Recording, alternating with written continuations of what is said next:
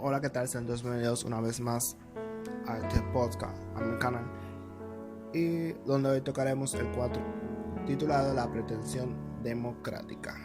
Hace ya varias décadas, Carlos Rangel advirtió que uno de los éxitos más lamentables del marxismo en Latinoamérica había sido erosionar el concepto formal de democracias representativas y los principios de la revolución liberal. Pocos análisis pueden ser más pertinentes para entender la naturaleza de la mentalidad populista que el uso y abuso que ésta hace de la idea de democracia, de las instituciones y los mecanismos plebiscitarios para concentrar el poder en el Estado y destruir las instituciones republicanas. No hay ningún líder caudillista o totalitario socialista de la región latinoamericana que no haya llevado a cabo su programa de demolición institucional sin poner la etiqueta de democrático, e incluso en los casos más recientes como los de Venezuela, Ecuador, Bolivia y Nicaragua, se han justificado los proyectos de concentración de poder bajo el pretexto de que son democráticos, porque el pueblo así lo requiere. Nuevamente, con este aspecto, Venezuela, país convertido hace años en dictadura o en autocracia electoral, para usar el término que emplea el índice de la transformación de Bertelsmann-Stiftung, ha marcado el paso.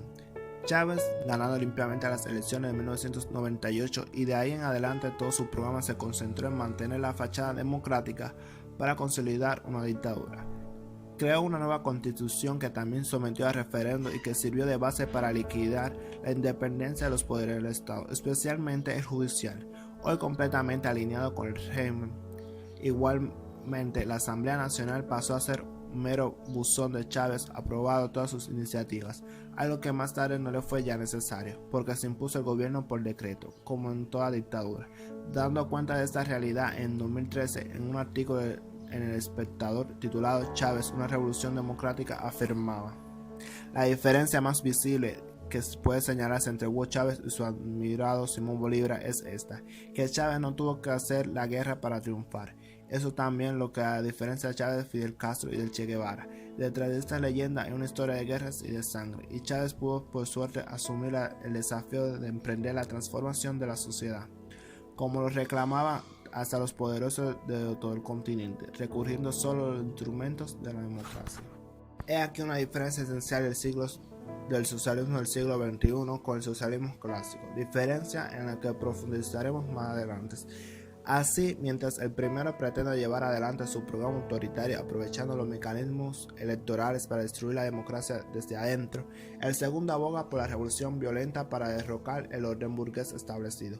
Por su aparente carácter democrático, el nuevo socialismo es mucho más peligroso, especialmente dada la comprensión formalista y vacía de la democracia que impera en la región. ¿Cuántas veces oímos en respuesta a las críticas al ya fallecido Chávez y sus seguidores que eso es lo que el pueblo quiere y que por tanto no se puede hacer nada porque al final el soberano es el pueblo? En América Latina creemos que cualquier cosa que se hace por mayorías gobernantes circunstanciales es sacrosanta, y que todo aquel que se oponga es un tirador, un traidor, un golpista o un antidemocrático. Para esta visión, la democracia no tiene límites y por tanto las esferas de decisión que tiene el poder son infinitas. La persecución de opositores se hace bajo el pretexto de que la mayoría democráticamente apoyan el régimen que la realiza. Los ataques a libertades de expresión y de prensa son justificados en que el gobierno responda a la gente y no a los medios de comunicación. Las confiscaciones de propiedad se amparan en el hecho de que el gobierno sea respaldado por la mayoría que lo eligió, y así sucesivamente. Tal vez no hay lugar en el mundo en el que el concepto de democracia carezca más de significado que en América Latina, donde siguió la tradición totalitaria de Roosevelt, quien pensaba que no debía haber límites a las decisiones de las mayorías, porque el gobernante siempre representaba de manera infalible la voluntad general del pueblo. Ha servido para expandir el poder del Estado de manera ilimitada. La tradición liberal inglesa y norteamericana, en tanto, no concibió la democracia de manera independiente de los derechos más fundamentales de los individuos. Al revés, la democracia debía precisamente limitar el poder de los gobernantes, es decir, todo lo contrario a lo acostumbrados en América Latina. Como explicara el filósofo Gottfried Deste, los liberales no pueden seguir a Rousseau ni a Eschborn. Por el contrario, la democracia era considerada un medio para proteger los derechos del individuo. Esta, entonces, limitada por la obligación de proteger esos derechos. Esto es lo que se conoce como democracia liberal, que fue lo que inspiró a los padres fundadores de Estados Unidos. Casi nada de esto se encuentra en nuestra región, donde el discurso que ofrecen regalías y derechos sociales que todo es pan de cada día, donde regalías y derechos sociales para todos es pan de cada día, pero en donde derechos como la libertad y la propiedad rara vez se menciona. Esto es en realidad que personalmente hemos podido confirmar en nuestros viajes por la región latinoamericana, donde la gran crítica de los grupos opositores que combaten el populismo es que sus derechos son simplemente aplastados por gobiernos con vocación autoritaria y populista. Evo Morales expresaría de manera elocuente lo que entienden nuestros populistas por democracia cuando lo explicó en los siguientes términos: estoy convencido de que la democracia no terminará solo en el voto, es permanente, es debatir con el pueblo las políticas, es importante las innovaciones de ideas, llamamos gobernar obedeciendo al pueblo boliviano. La democracia es votar, pero también gobernar con la voluntad del pueblo, dice Morales. ¿Qué pasa si el supuesto pueblo quiere destruir los derechos de las minorías, ya sabe, sea la vida, la libertad o la propiedad? Pues nada, porque en la definición predominante según la mentalidad populista, la democracia es un vehículo para extender y no para limitar el poder gobernante que dice representar al pueblo. La libertad consiste entonces en que cada persona pueda disponer de sus personas, acciones y posesiones sin ser sometida a la voluntad arbitraria de otro. Eso es lo que las leyes y las constituciones deben garantizarnos, según Locke. Ellos implican necesariamente limitar el poder del gobernante de modo que debamos obedecer su voluntad. Para garantizar esa libertad, Locke planteó que debían existir un conjunto de leyes y normas conocidas de antemano para los ciudadanos.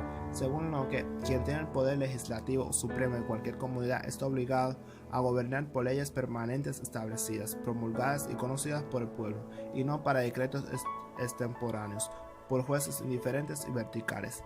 Eso es lo contrario a lo que dice Morales, y a lo que hacen todos los de su tipo, el cual quiere actuar primero y legalizar después en su pretensión de poder absoluto bajo la mascarada democrática.